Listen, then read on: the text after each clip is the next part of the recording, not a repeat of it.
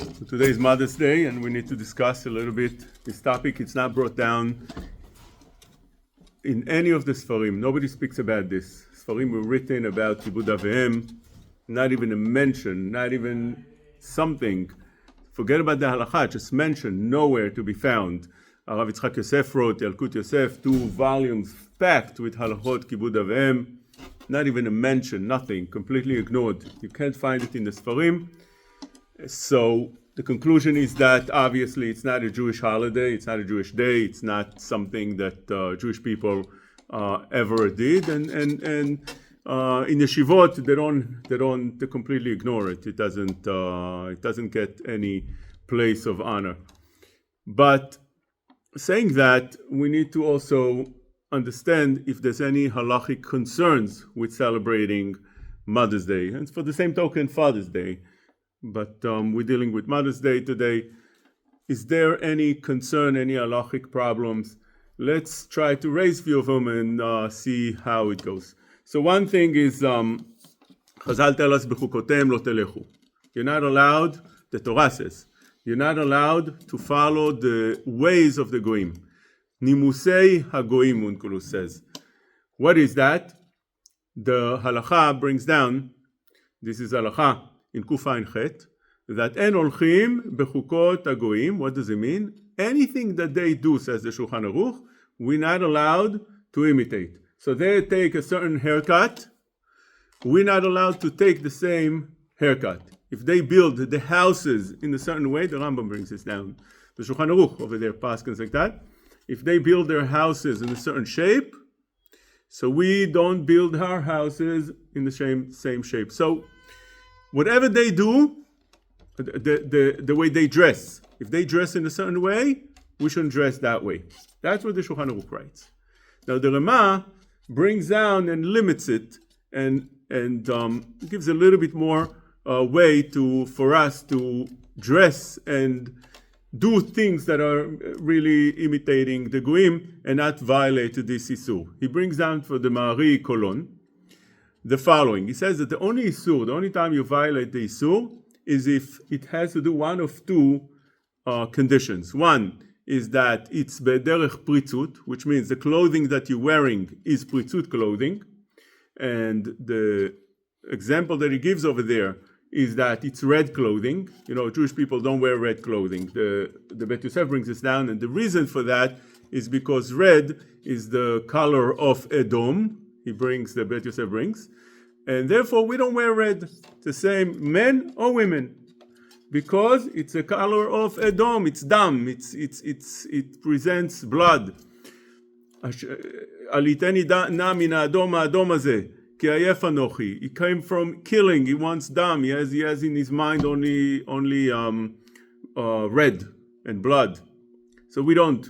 Secondly, it's also inyan of pritzut, because red right away attracts attention. The reason HaKadosh Baruch Hu created that red should attract attention is that if a person bleeds, so right away you need people get very scared. And right away come to help out. If a person himself bleeds, also that's the way HaKadosh Baruch Hu. So HaKadosh Baruch Hu created that we should right away be concerned with such a color, and therefore it attracts attention. So when a man or a woman, even more so a woman, wears red, it stands out. So therefore we don't wear red. So the Ma'arik that the Rama quotes says that if people wear clothing that are not tzniut, or any act or do things that are not tzniut, the pritzut rather, therefore such a thing would violate the Isur of Bechukotem lo telechu. By the way, if anybody wants to know a source for not going bepritzut, that a person should be tzanua, source in the Torah, so that would be the source according to the Ma'arik. Bechukotem lo telechu. Second condition that he says, also, it's one of the 2, either this or that, not 2 conditions. Either derech pritzut,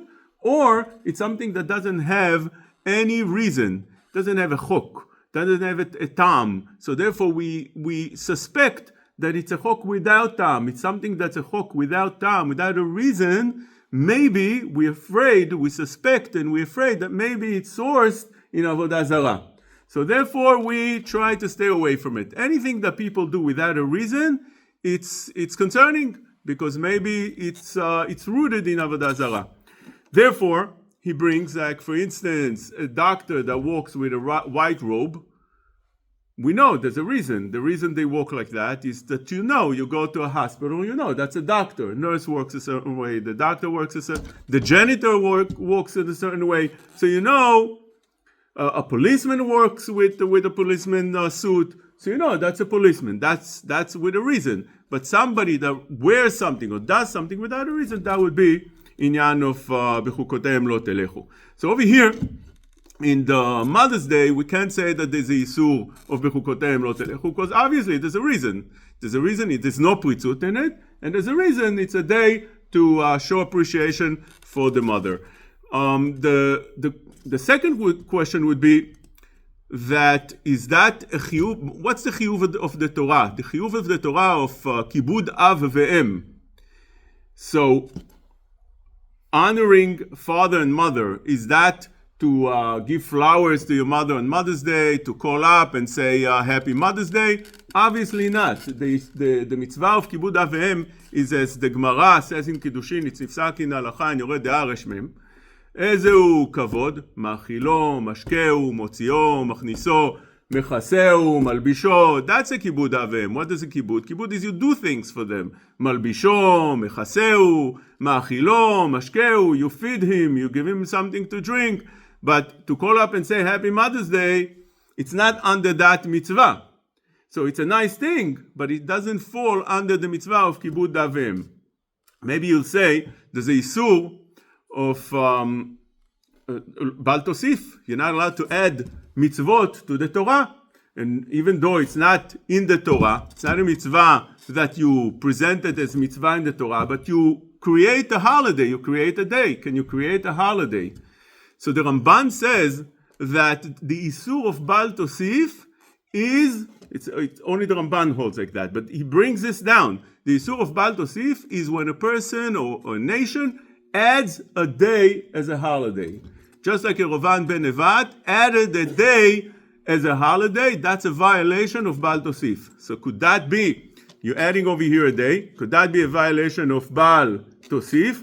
Lichora not. Because when is it asur? It's asur if you do it for the purpose of the mitzvah, not just we have memorial days, and we have birthdays, and we have engagements, and we have Independence Day. Those are not holidays that you do as a mitzvah. It's just a day that you special do special for that to remember what happened on that day or to celebrate a certain thing. When is it asur? When it's done for a certain mitzvah. Where we know that we know that the Gemara says that one who celebrates Sukkot, he sits in the sukkah on Simchat Torah in Eretz Yisrael on Shmini Atzeret, over here on Simchat Torah. And he does it for the mitzvah, with kavanah for the mitzvah, he violates Baal Tosif. But if he doesn't do it for the mitzvah, he just sits in the sukkah because it's nice weather outside, but he doesn't have a kavanah for the mitzvah, he doesn't violate Baal Tosif. Same thing would be one that wears tefillin on Shabbat and Yom Tov. You're not allowed to wear tefillin on Shabbat and Yom Tov. It's asur. But one that wears it on Shabbat and Yom Tov, the Rashba says, and the Magen Avraham brings him down, if he has kavanah for the mitzvah, he intends to fulfill the mitzvah on that day, mitzvah tefillin, he violates Baal Tosif. Otherwise, he doesn't. Same thing here. If you don't do it for any mitzvah, you just designate that day and you celebrate it together with your parents, there's no isur of Baal Tosif. So there's no isur of Baal Tosif, there's no isur of b'chukoteim lo telechu, there's no mitzvah of kibud avim, but maybe you'll say that it's not correct because you're taking a mitzvah that's all year long. Mitzvah kibud avim is mitzvah tmidit. It's mitzvah nimshechet. The chinuch says it's mitzvah that you have to do kol hazman, bechol et. Doesn't stop. It doesn't have timing like other mitzvot that are mitzvot shazman grama. Over here it's not hazman grama. It's 24/7, the entire year. So therefore, that you take a mitzvah that's constant and you concentrate it and you do it in one day, maybe that's not good because you fulfill your obligation, you feel like you fulfilled your obligation in one day, and then you exempt. That's it. I did my part. I celebrated, that day, I called up, I brought the flowers, I came in with the balloons, I came to visit, I said Happy Mother's Day, I was Yotzeh, that's it. Then now I'm patur, I'm exempt for the entire year until next Mother's Day. Maybe it's not correct. So I wanted to say, I wrote this idea in the views, that it's not really like that, because if you try to look in the Torah to compare to Torah mitzvot, so we have two things. We have tefillah and we have hallel. In tefillah, it's mitzvah that we do every single day. Actually, we do it 3 times a day. Actually, we can do it even more than 3 times a day. Alevai yitpalel ha'adam kol hayom kulo, Chazal tell us. You could be mitpalel one tefillah after the others. That's not an obligation. You do nedava. But you are allowed to be mitpalel the entire day. You can have conversations with HaKadosh Baruch Hu. You can do it bodedut. There are those that do it bodedut. So that's also a form of tefillah. That's tefillah. What about Hallel? Hallel, the Gemara says that kol hakoreh Hallel bechol yom, harei ze mecharef umegadef. You're not allowed to read Hallel only at the time that Chazal told us, the timing that are designated to say Hallel on those holidays, Rosh Chodesh and so on. But other times, harei ze mecharef umegadef. It's like you are rebuking, you're desecrating a Kadosh Baruch Hu. It's like you saying bad things. Why is that? The idea is because Hallel is a praise. When you praise someone constantly, every single day, it sounds like you're making fun of him, right? You see a person every day. Oh, tzaddik, come over here. You're a big tzaddik. You're a big tzaddik. You're a big tzaddik. There's a certain point that the person understands that you are making fun of him. You're laughing at him. It's not real. So therefore, there are certain times that you can tell him you're a big tzaddik. Like for instance, he did something wonderful. So in those times, you'll tell him a praise. But tefillah is not a praise. It's not something that you come to lift someone. Tefillah is a conversation. Is having a constant relationship. That's how the Maharal Miprag says. He says that tefillah, the reason tefillah, Kadosh Baruch Hu answers tefillah, why is it, he asks, why is it that Kadosh Baruch Hu answers tefillah? Mima nafshach, he says. However you look at it, tefillah doesn't make sense. If you should get something, it's good for you, HaKadosh Baruch Hu should give it to you without tefillah. And if it's not good for you, and you're asking for it, so then why should HaKadosh Baruch Hu give it to you? It's going to hurt you, it's not good for you. Many times we ask for things, and the end ends up to be a bad thing for us. HaKadosh Baruch Hu shouldn't give it to us if we go and ask for him with something, just like a parent. He knows that his child wants something that's not good for him. He shouldn't give it to him just because he requests it. And if it's good for him, and he doesn't request it, you want to get him a Gemara. It's good for him to learn Gemara. And even if he didn't request, you should buy it for him. So says the Maharal, the way it works is that HaKadosh Baruch Hu wants the relationship. It's not about giving or not giving. HaKadosh Baruch Hu wants the relationship. It's not that when we ask, HaKadosh Baruch Hu gives us whatever we ask. No, when we ask, HaKadosh Baruch Hu now has a relationship with us, and therefore that's like a means to have a relationship. When you have a relationship, then He'll give it to you. In other words, HaKadosh Baruch Hu sometimes will put us in such a place that we need things, like He did to the Imaot, Madua ayu avot akarim, Madua ayu imaot akarim, Rashi tells us, Chazal tells us, Mishum sheHaKadosh Baruch Hu mitavel et tfilatan shel tzadikim. HaKadosh Baruch Hu wanted them to talk to Him, and ask him for in a tefillah, so therefore he made them akarim. Same thing when there was no rain in the world yet, when he created the world. Adam ayin la'avod et ha'adama. Rashi tells us that since there was nobody to pray, HaKadosh Baruch Hu didn't rain yet. So therefore, Chazal say that HaKadosh Baruch Hu was mitaveh for his tefillah.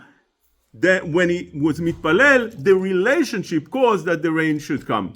Same thing over here. The relationship in the mitzvah that's constant throughout the year is to have a conversation, to have a constant relationship. That's like tefillah. Yom Ha'em, the day of Mother's Day, could be it's like a praise. It's a praise. It's once in a while. It's once in a while that you praise the mother and you tell her thank you very much for what you do. Generally, that could be concentrated. That could be done just on Mother's Day. So it's not a sur. It's not something that eliminates the entire year or reduces the entire importance. But on the same token, in the same time, we said before that not necessarily that it's a Jewish thing. If one wants to do it, it's fine. There's no prohibition, no isur. But it's not also encouraged. There's no such mitzvah and there's no such Jewish thing. And again, we mentioned that it's not brought down in any of the Sfarim. I didn't see it in any of the Sfarim, such a concept called Mother's Day.